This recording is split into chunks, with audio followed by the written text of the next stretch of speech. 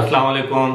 अबरार रशीद आपकी खिदमत में एक मरतबा फिर हाजिर है और मेरी आपसे रिक्वेस्ट कि अगर अभी तक आपने मेरे चैनल को सब्सक्राइब नहीं किया तो प्लीज़ इसे सब्सक्राइब कर लें और जो बेल आइकन या घंटी का बटन है उसे ज़रूर प्रेस करें। बहुत बहुत शुक्रिया।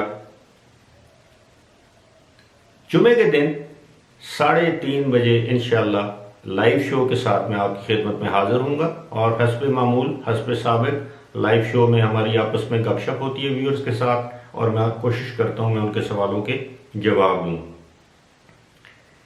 आजकल इंटरनेशनल फाइनेंशियल कैपिटल्स में या इंटरनेशनल फाइनेंशियल इंस्टीट्यूशंस में एक बहस चल रही है। बहस क्या है कि दुबई कितनी जल्दी मुआशी बहरान की दलदल से बाहर निकल सकता है। इस हवाले से जो दुबई के हुक्मरानों की, दुबई की अथॉरिटीज़ के जो दावे हैं, अगर उन पर यकीन किया जाए तो ऐसे लगता है कि इस साल के आखिर तक या अगले साल के आगाज़ तक दुबई अपनी मुआशी मुश्किलात पर काबू पाने में कामयाब हो जाएगा। दूसरी जानब अगर हम आलमी जो ज़राए इबलाग हैं, जिनकी नज़र है, निगाह है, आलमी मुआशी तज्ज़ियाकार हैं जिनकी दुबई पर खुसूसी निगाह है माफ़ कीजिएगा, उनका ये कहना है कि पूरी दुनिया इस वक्त इक़्तिसादी बहरान का शिकार है और दुबई भी पूरी दुनिया का एक हिस्सा है। और उनके दावे की तरफ भी मैं आता हूँ, लेकिन पहले आपको ये मैं दुबई वाले क्यों कहते हैं कि वो इस मुआशी बहरान से निकल जाएंगे, फिर मैं आपको बताऊँगा कि दीगर जो मुआशी आलमी तज्ज़ियाकार हैं उनका इस्तदलाल क्या है। तो फिर आप इसका फैसला करेंगे कि असल सूरत हाल क्या है। दुबई वालों का ये कहना है कि जी अब वहाँ पर सियाहत का आगाज़ हो चुका है, कोरोना वायरस पर उन्होंने कामयाबी हासिल कर ली है। इसके अलावा अगले साल एक्सपो 2020 जो है वो अक्टूबर में मुनक़्क़द हो जाएगी, अगरचे उसमें एक साल का तातुल या ताख़ीर आई है। और जब तक इकनॉमिक एक्टिविटीज़ जो हैं वो रिवाइव हो जाएंगी, ये उनका ये इस्तदलाल है। और जो एक्सपो 2020 है उससे उन्होंने बड़ी उम्मीदें वाबस्ता कर रखी हैं। दूसरी तरफ जो मुआशी तज्ज़ियाकार हैं वो ये कहते हैं कि दुबई एक ऐसा मुल्क, रियासत या शहर है जहाँ पर सरमायाकार इसलिए सरमायाकारी करते हैं कि वहाँ पर बड़ी तादाद में सियाह आते हैं, वो इन्वेस्टमेंट हब बन चुका है, वहाँ पर सरमायाकारी होती है, वहाँ पर बैंकिंग सेक्टर काफ़ी फ्लरिश कर रहा है, इंडस्ट्रियल सेक्टर फ्लरिश कर रहा था, कंस्ट्रक्शन का जो काम है वो अपने बूम पर था। लेकिन ये आलमी सरमायाकार आजकल खुद सरमायाकारी करने से घबरा रहे हैं। जिन लोगों ने दुबई में पहले से सरमायाकारी कर रखी है उन्होंने भी वहाँ पर जो जारी तरक्याती काम है या जो उनके मंसूबे हैं उनको रोक दिया है। और इस सूरत हाल की रिवाइवल में कम अज़ कम 1 साल का अरसा लग सकता है।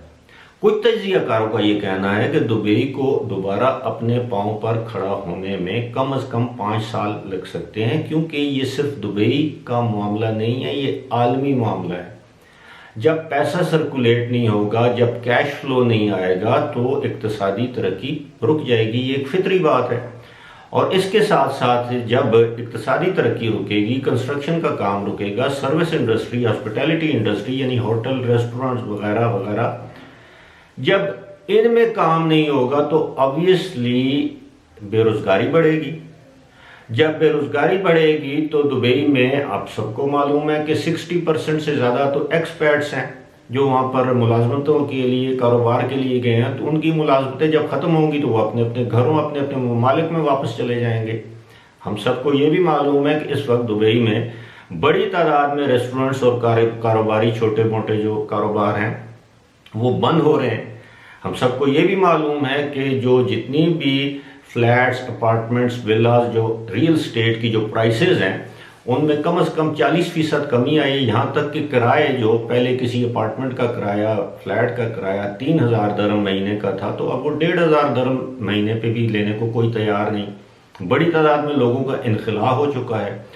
यही वजह है कि 7 जुलाई को दुबई को सयाहों के लिए खोल दिया गया, लेकिन कौन से सयाह? वो सयाह जो मगरबी ममालिक से जिनका ताल्लुक है, जो खाते पीते अमीर ममालिक से जिनका ताल्लुक है, लेकिन उसका भी कोई हौसला अफजा रिस्पांस दुबई को नहीं मिला। उसकी बड़ी वजह यह है कि आजकल दुबई में शदीद तरीन गर्मी पड़ रही है।